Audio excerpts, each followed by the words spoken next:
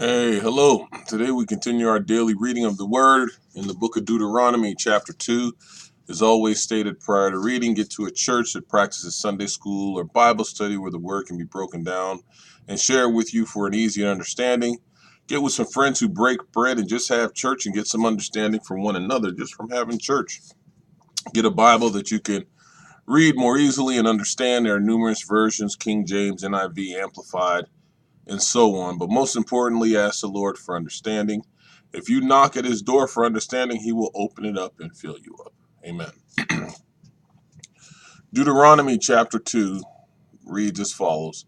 Then we turned back and set out toward the wilderness along the route to the Red Sea, as the Lord had directed me. For a long time we made our way around the hill country of Seir.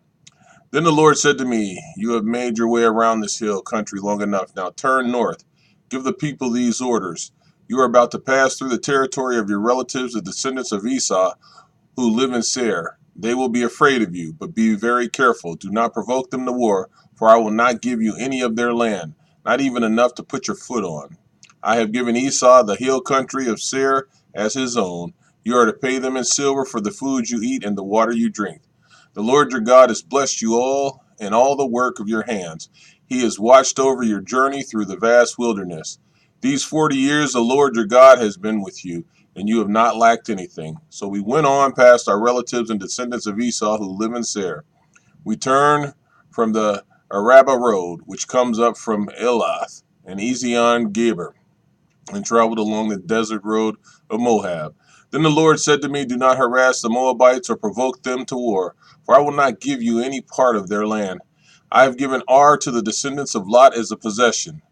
The Emites used to live there, a people strong and numerous and as tall as the Anakites. Like the Anakites, they too were considered Rephaites, but the Moabites called them Emites. Horites used to live in Seir, but the descendants of Esau drove them out. They destroyed the Horites from before them and settled in their place, just as Israel did in the land the Lord gave them in all the possessions." And the Lord said, "Now give up the cross, the Zered Valley." So we crossed the valley.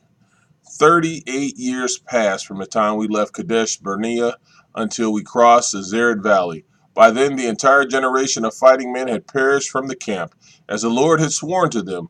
The Lord's hand was against them until he had completely eliminated them from the camp. Now when the last of these fighting men among the people had died, the Lord said to me, "Today you are to pass by the region of Moab at Ar.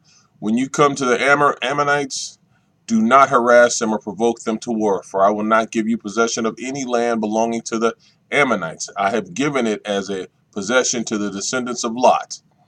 That too was considered a land of the Rephaites, who used to live there, but the Ammonites called them Zezumanites.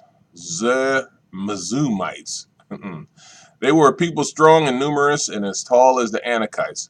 The Lord destroyed them from before the Ammonites, who drove them out and settled in their place. The Lord had done the same for the descendants of Esau, who lived in Seir. When he destroyed the Horites from before them, they drove them out and have lived in their place to this day. And as for the Avites who lived in villages as far as Gaza, the Caphathites, coming out of the Captor, destroyed them and settled in their place. Set out now and cross the Arnon Gorge. See, I have given into your hand Sihon, the Amorite king of Heshbon, and his country. Begin to take possession of it and engage him in battle. This very day I will begin to put the terror and fear of you on all the nations under heaven. They will hear reports of you and will tremble and be in anguish because of you. From the desert of Kedemeth I sent messengers to Sihon, king of Heshbon, offering peace and saying, "Let us pass through your country. We will stay on the main road. We will not turn aside to the right or to the left. Sell us food to eat and water to drink for their price in silver. Only let us pass through on foot, as the descendants of Esau who live in Seir and the Moabites who live in Ar did for us, until we cross the Jordan into the land the Lord our God is giving us." But Sihon, king of Heshbon, refused to let us pass through, for the Lord your God had made his spirit stubborn and his heart obstinate in order to give him into your hands, as he has now done. The Lord said to me, "See, I have begun to deliver Sihon and his country over to you. Now begin to conquer and possess his land. When Sihon and all his army came to meet us in battle at Jahaz, the Lord our God delivered him over to us, and we struck him down, together with his sons and his whole army.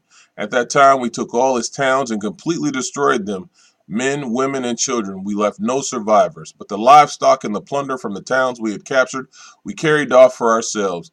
From Arar on the rim of the Arnon Gorge, and from the town of the gorge, even as far as the Gilead, not one town was too strong for us. The Lord our God gave us all of them.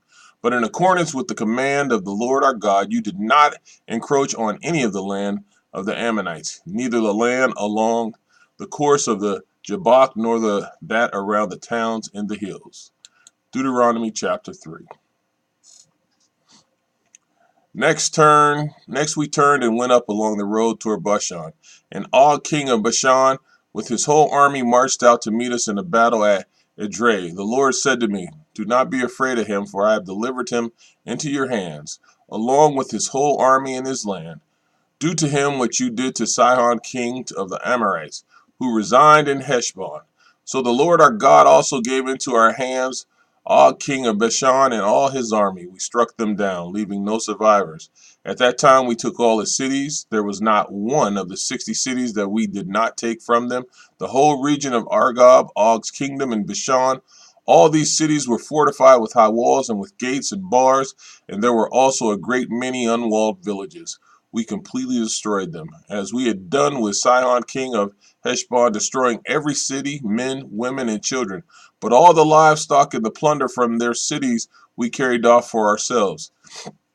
So at that time we took from these two kings of the Amorites the territory east of the Jordan, from the Arnon Gorge as far as Mount Hermon. Hermon is called Sirion by the Sidonians, and the Amorites call it Sinir. We took all the towns on the plateau, and all Gilead and all Bashan, as far as Seleka and Edrei, towns of Og's kingdom in Bashan.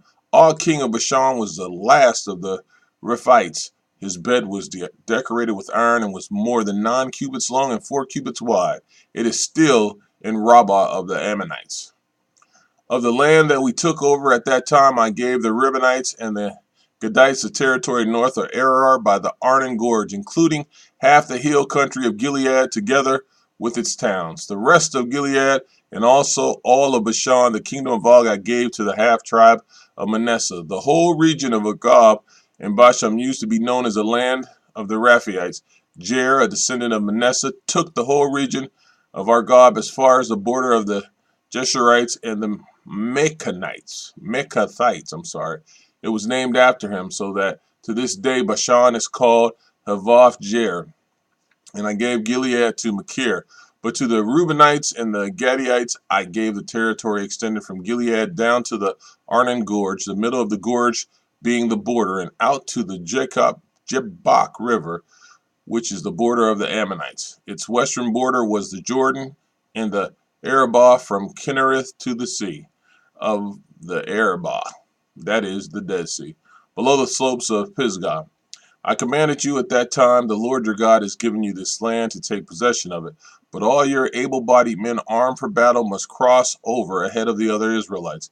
However, your wives, your children, and your livestock, I know you have much livestock, may stay in the towns I have given you until the Lord gives rest to your fellow Israelites as he is to you. And they, too, have taken over the land that the Lord your God is giving them across the Jordan. After that, each of you may go back to the possession I have given you. At that time I commanded Joshua, you have seen with your own eyes all that the Lord your God has done to these two kings. The Lord will do the same to all the kingdoms over there where you are going. Do not be afraid of them. The Lord your God himself will fight for you. At that time I pleaded with the Lord, sovereign Lord, you have begun to show to your servant your greatness and your strong hand. For what God is there in heaven or on earth who can do the deeds and mighty works you do? Let me go over and see the good land beyond the Jordan, that fine hill country of Lebanon. But because of you, the Lord was angry with me and would not listen to me. That is enough, the Lord said. Do not speak to me any more about this matter. Go up to the top of Pisgah and look west and north and south and east. Look at the land with your own eyes, since you are not going to cross this Jordan. But commission Joshua and encourage and strengthen him, for he will lead his people across and will cause them to inherit the land that you will see. So we stayed in the valley near Beth Peor. Amen.